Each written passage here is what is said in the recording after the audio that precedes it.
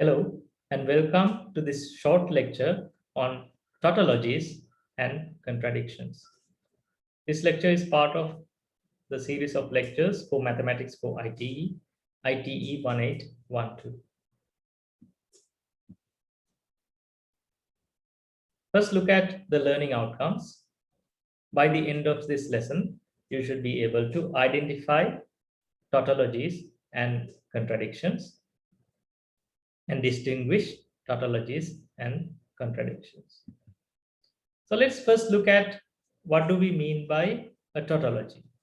Simply put, it is a statement which is always true, regardless of the other conditions. So we provide an example here. Consider the truth tables for P, disjunction, negation of P, and P, disjunction, negation of P conjunction Q.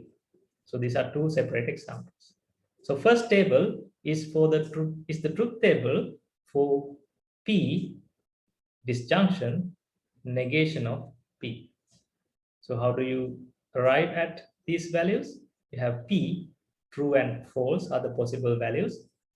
And then negation of P, you have to interchange the values. True becomes false, false becomes true.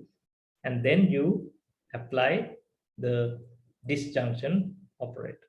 So either of the values are true, the disjunction becomes true. You will notice that P disjunction negation of P becomes true and true for both the combinations. So which means it is always true. So it is an example for a tautology. Go to the table 6.2, which is the next example. P disjunction negation of P conjunction Q. So we have to consider several different statements in this case. So you have P and Q, different combinations. You have to take P conjunction Q. P conjunction Q, you can take it only when both P and Q are true. P conjunction Q will be true, otherwise it will be false. Then take the negation of that. True becomes false, false becomes true. And then take the disjunction between P and negation of P conjunction Q, which you will notice that it becomes true, always true. So that is also an example for a tautology.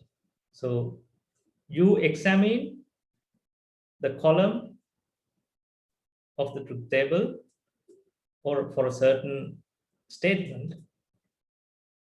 And if you notice that all the truth values are true, then that's an indication that that specific statement is a tautology.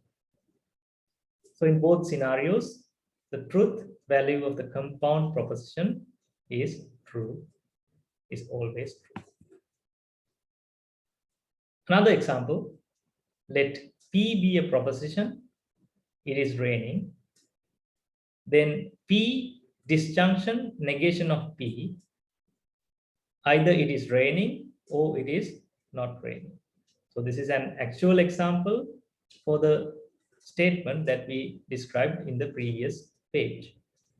So this is true regardless of whether it is raining or not. This statement is always true. Now the next concept, which is contradiction. So this is a statement which is always false. Take an example. Show that the proposition P conjunction negation P is a contradiction. So for the solution, you have to go for the truth table. You take P, true and false, negation of P, false and true. P conjunction negation of P, you will notice that for both cases, it becomes false.